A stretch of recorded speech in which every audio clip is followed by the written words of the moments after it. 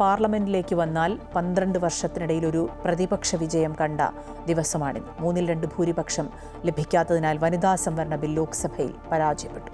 മണ്ഡല പുനർനിർണയം കൂടി ഉൾപ്പെടുത്തിയതോടെയാണ് ബില്ലിനെ പ്രതിപക്ഷം ശക്തമായി എതിർത്തത്. 290 അംഗങ്ങൾ ബില്ലിനെ അനുകൂലിച്ച് വോട്ട് ചെയ്തപ്പോൾ 230 പേർ എതിർത്ത് വോട്ട് ചെയ്തു.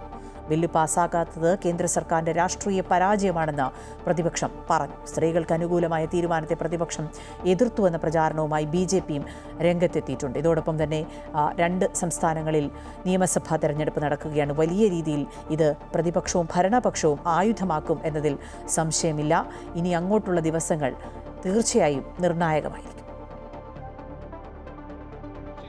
മണിക്കൂറുകൾ നീണ്ട ചർച്ചയ്ക്കൊടുവിൽ നടന്ന വോട്ടെടുപ്പിൽ വനിതാ സംവരണ ബിൽ ലോക്സഭയിൽ പരാജയപ്പെട്ടു. ബില്ലിന് അനുകൂലമായി 290 അംഗങ്ങൾ വോട്ട് ചെയ്തു. 230 അംഗങ്ങൾ ബില്ലിനെ എതിർത്തും വോട്ട് ചെയ്തതോടെയാണ് ഭരണഘടനാ ഭേദഗതി ബില്ല് 3/2 ഭൂരിപക്ഷം ലഭിക്കാതെ പരാജയപ്പെട്ടത്. കഴിഞ്ഞ 12 വർഷത്തിനിടെ നരേന്ദ്രമോദി സർക്കാർ അവതരിപ്പിച്ച ബിൽ ലോക്സഭയിൽ പരാജയപ്പെടുന്നത് ഇതാദ്യമായാണ്.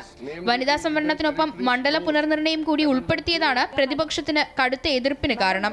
മണ്ഡല പുനർനിർണയത്തിലൂടെ ലോക്സഭ പിടിച്ചെടുക്കാനാണ് BJP ശ്രമിക്കുന്നതെന്ന് പ്രതിപക്ഷം കുറ്റപ്പെടുത്തി.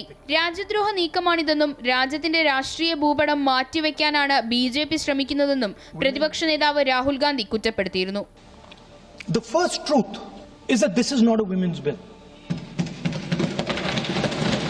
This is nothing to do with the empowerment of women. There is a women's bill. It was passed in 2023 in this house itself. വനിതാ സംവരണ ബിൽ ലോക്സഭയിൽ പാസ്സാകാത്തത് കേന്ദ്ര സർക്കാരിന്റെ രാഷ്ട്രീയ പരാജയമെന്നാണ് പ്രതിപക്ഷത്തിന്റെ പ്രതികരണം. അതേസമയം രാജ്യത്തെ വനിതകൾക്ക് അഭിമാനമായ തീരുമാനം കോൺഗ്രസ് ഉൾപ്പെടെയുള്ള പ്രതിപക്ഷ പാർട്ടികൾ തടഞ്ഞുവെന്ന പ്രചാരണമാണ് കേന്ദ്ര സർക്കാരും BJPയും നടത്തുന്നത്.